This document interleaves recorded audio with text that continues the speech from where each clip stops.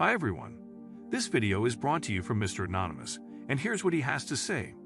I recently came across an article on www.negromanister.com written by Donovan Sharp, and the title of that article is Why Are So Many Men of Color Going MGTOW? Donovan Sharp goes over 3 reasons why these men are going their own way. One reason is that women of color are simply not worth fighting over anymore. Secondly, there's no appreciation for being a decent man among the African American community. Thirdly, men of color became violent over women of color with regards to competition. This also makes the men see women as dangerous. What are the reasons beyond the ones mentioned in this article do you feel make men of color go MGTOW? Thank you. Well, Mr. Anonymous, I went through the article you sent me and I thought of some other reasons as to why men of color are going their own way. One of the more obvious ones is that a generation of young African American men have been products of single-mother households. They saw their fathers sent to jail for not paying child support. They saw how their mothers treated their fathers by sending them off to jail, so they aren't as easily tricked into pregnancy by women of color, and they can't afford to pay for a child they didn't want in the first place, because the cost of living keeps going up and up. Men of color have also gotten emotionally drained from having to deal with enraged women of color. They don't want to deal with the drama of being yelled at for supposedly being incompetent. That seems to be something that goes on in all communities, but the stereotype of the women of color throwing shoes at her man on Jerry Springer probably got to a lot of guys. They don't want their lives to resemble talk shows. Another reason men of color are avoiding women of color is because it's no longer a taboo for white and Asian women to date African American men like they once did.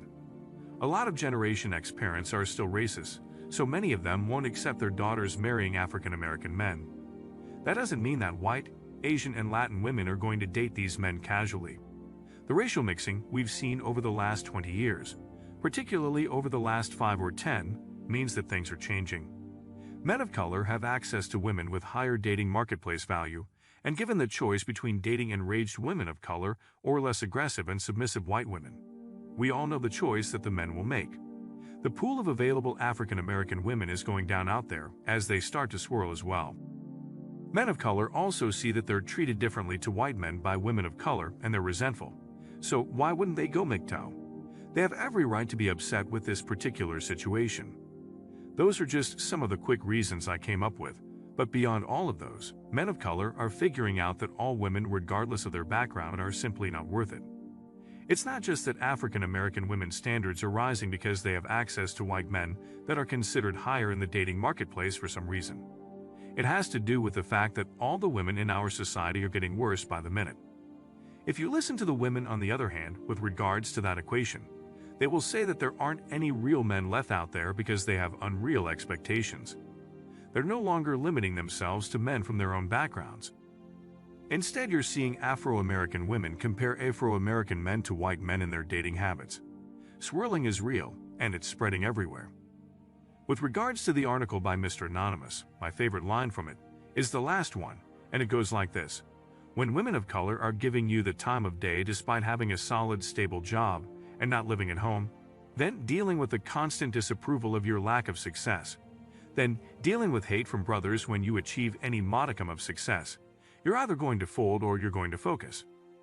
This means that women of color are putting such high expectations on men from their background because they tasted higher status white cauliflower growing that they're now putting unrealistic expectations on those Afro-American men.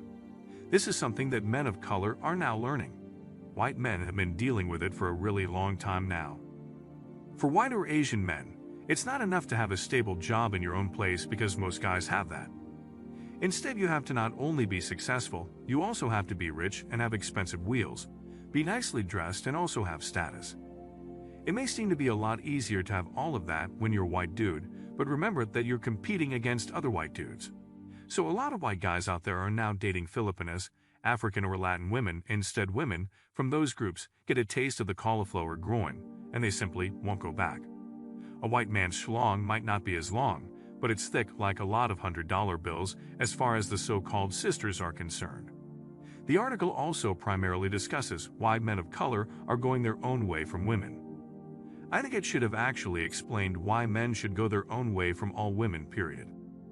So it becomes easier for them to swirl and get some homely white dude to pay off the money that she owes the government. Men of color in this particular category, I would not really classify as going MGTOW, and I would say that they're more true force loneliness types of guys. Men are willing to walk away from bad women and travel halfway around the world to find what they want. These men are relationship refugees.